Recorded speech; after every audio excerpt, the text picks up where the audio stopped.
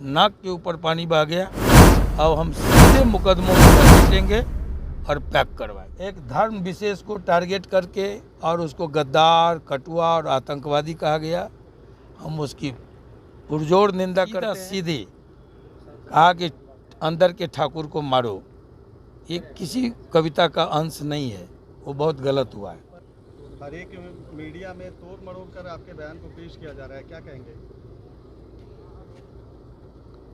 अब इसको क्या कहा जाए, दुर्भाग्यपूर्ण है। चौथा स्तंभ लोकतंत्र के हैं, अगर अपनी जिम्मेदारी नहीं समझेंगे और कुछ भी बयान चला देंगे तो इस बुद्धि की बलिहारी है।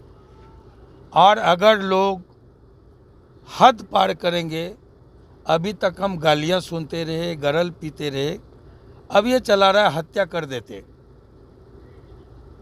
तो जो भी ऐसा चला रहा है, मैं आपको बता दूं, अब नाक के ऊपर पानी बह गया। अब हम सीधे मुकदमों में घसीटेंगे और पैक करवाएंगे। सर, मनोज झा के बयान को किस तरह से ले रहे हैं आप? हम किसी व्यक्ति का चर्चा नहीं करते। जिसने भी पूर्वाग्रह से ग्रसित होकर के एक समुदाय विशेष को गाली दिया है, उसे अपमानित करने की कुत्सित प्रयास किया है, वो माफ़ी के लायक नहीं है। और हम इसकी निंदा ही नहीं करेंगे, हम लोग इसका प्रोटेस्ट करेंगे, ज़बरदस्त बैकफुट पर ले आएंगे। जो इसको सपोर्ट करेगा उनको भी, और जो बयान दिया उसको भी।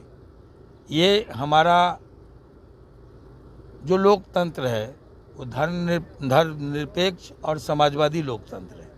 इसमें किसी भी समुदाय को गाली देने की छूट नहीं है, किसी भी जाति को अपमानित करने का छूट नहीं है।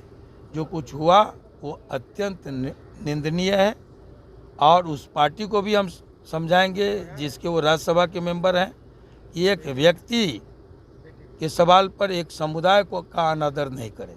सर, सबसे बड़े नेता आप माने जाते हैं, ठाकुरों के सबसे बड़े। हम बहुत छोटे लोग हैं। हम ऐसी बात नहीं है कि हम ठाकुरों के नेता हैं।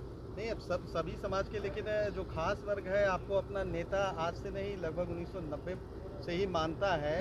तो उन लोगों के लिए क्या कहेंगे, जिस तरह से इस बयान को लेकर जो उन लोगों में? हम कहेंगे कि जिस तरह से पिछले दिनों एक धर्म विशेष को टारगेट करके और उसको गद्दार, कटुआ और आतंकवादी कहा गया, हम उसकी पुरजोर निंदा करते हैं।